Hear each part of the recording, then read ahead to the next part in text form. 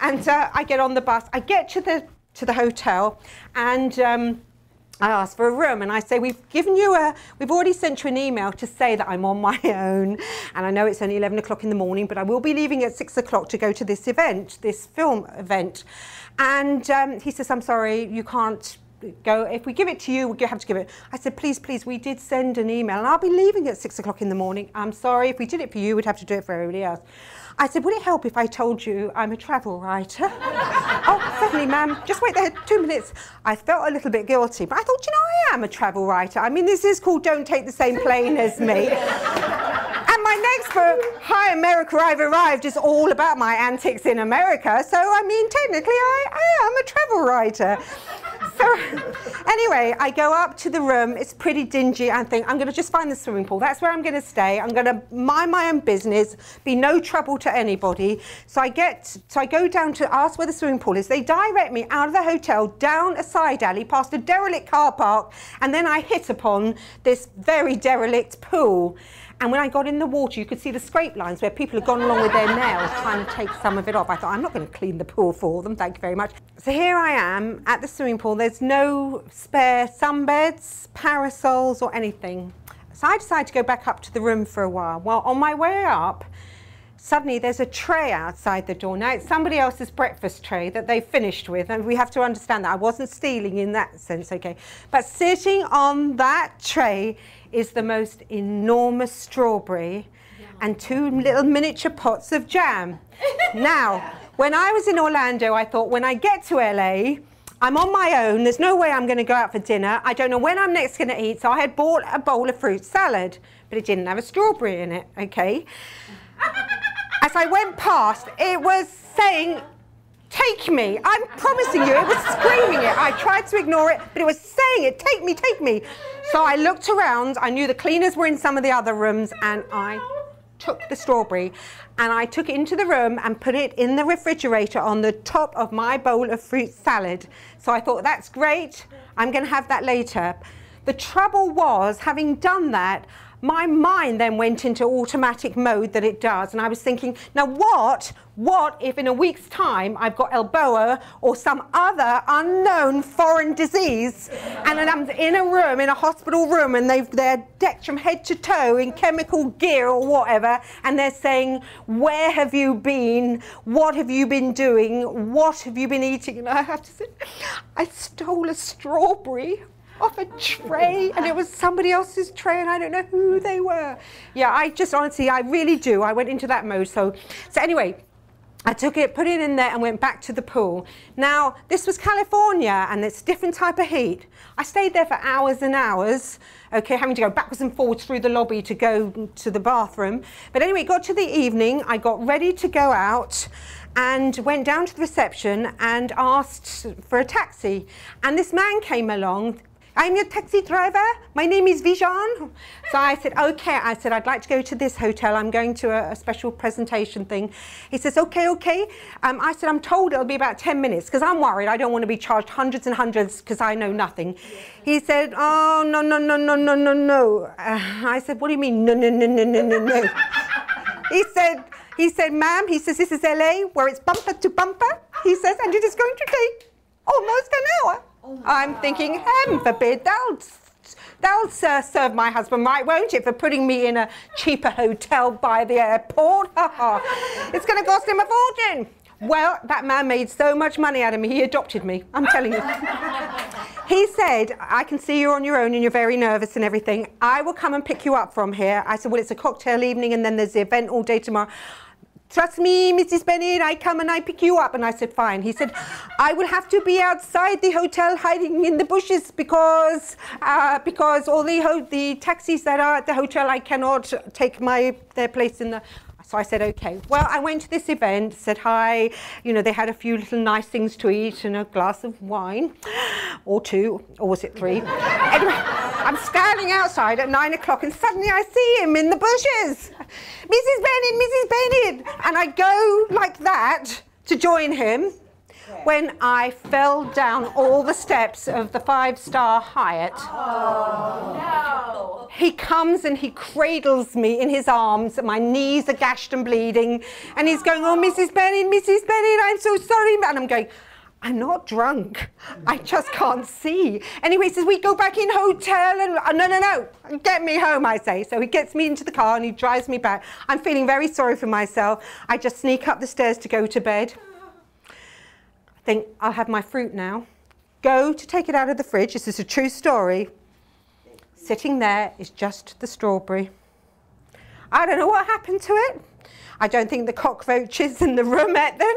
My only thought could be that that was actually the pickings for one of the girls, the cleaners, the two little things. And because I'd nicked them, she'd taken revenge. That's the only thing I can think of. Anyway, I thought, there's nothing I can do about it. I'm just going to go to bed. 2 o'clock in the morning, I am throwing up everywhere. Absolutely throwing up. No.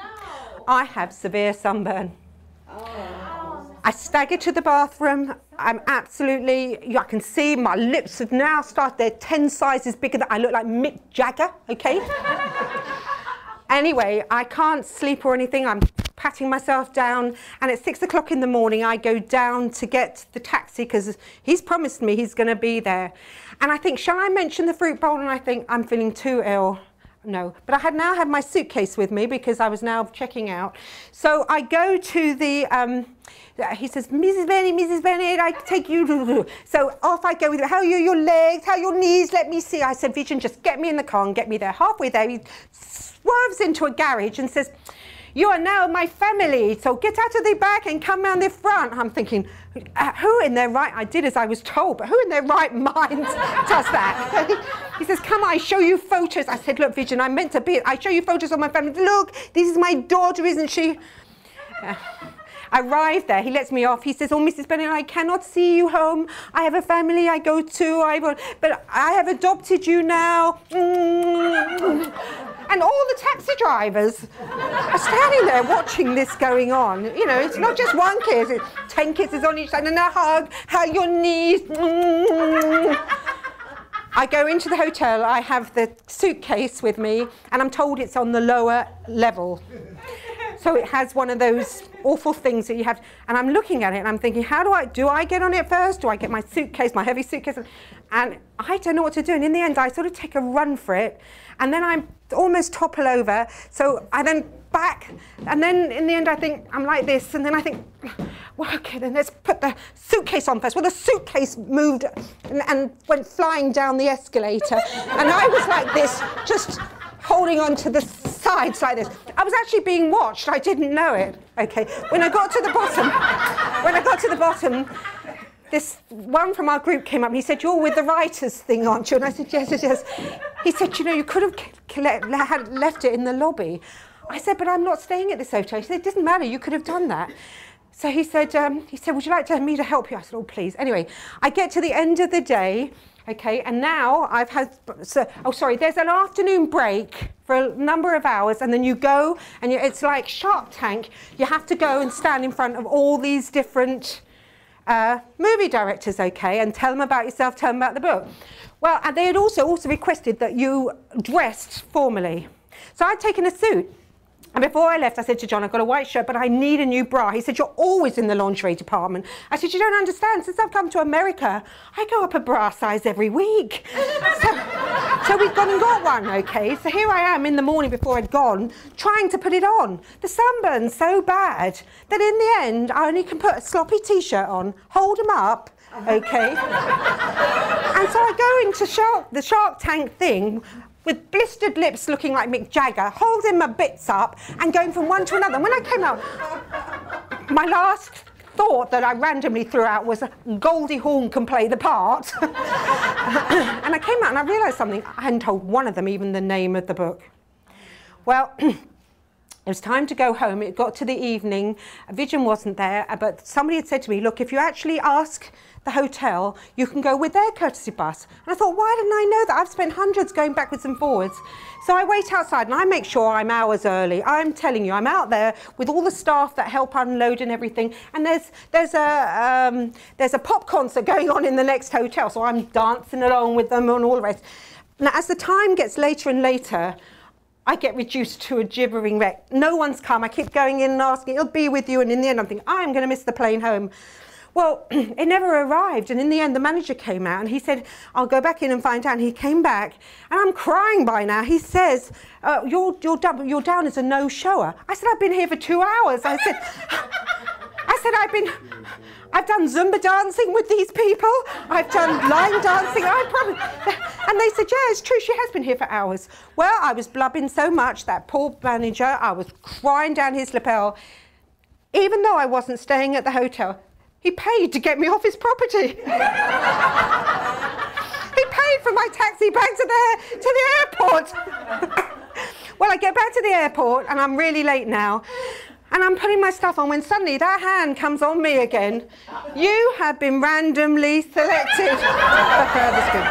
Nah, there's nothing. Now I know, I know it's not random. I obviously look like a terrorist. The only thing I haven't got yet is the beard because I pluck the whiskers out before I get on the plane in the first place. That's all I can say. So anyway, here I am. I go through it all again. Okay, I get to the area where you're waiting for the plane when I had the worst coughing fit I have ever had. Everybody gets up and leaves. I'm alone there. I mean, worse than I've ever had. And so I go get some water from a cafe, and this guy turns round, and I notice he's got a cross. He says, are you all right? I was thinking he's going to pray for me or something. I said, you're a Christian? He said, no, I'm a Catholic. I misunderstood his intentions. He was meaning, are you all right? Are you going to give me typhoid or something like that? Because you're coughing all over me. I go back, I get on the plane. I think there's two girls. They're both fast asleep. I'm in the aisle. And I just think, you know, the best thing I can do is put those little blinkers on. Shut up. Do not need a coffee. Do not need earplugs. Do not need nothing, okay? So there I am, just sitting back with that. When the last person gets on the plane, and he just happens to be a humongously large guy who just happens to have obviously visited a curry house before he got on the plane, and he just happens to be sitting right in front of me. I have 5.5 hours of his wind in my face. Well, when the coffee guy comes round, when they come round with the coffee, I am so freaked out by this that I up my thing and I'm going, when she's saying, would you like a coffee, ma'am? I'm going, ma'am, would you like a coffee or tea or... Get to Orlando, he meets me and he says, honey, he says, you made it. Would you like to go out for breakfast? And I said, no. I said, I just want to get into the car, drive back to Wildwood, slide between the sheets, put 2 pillows over my head and bawl my eyes out for a few hours. And then when the depression lifts, I'll tell you how it went.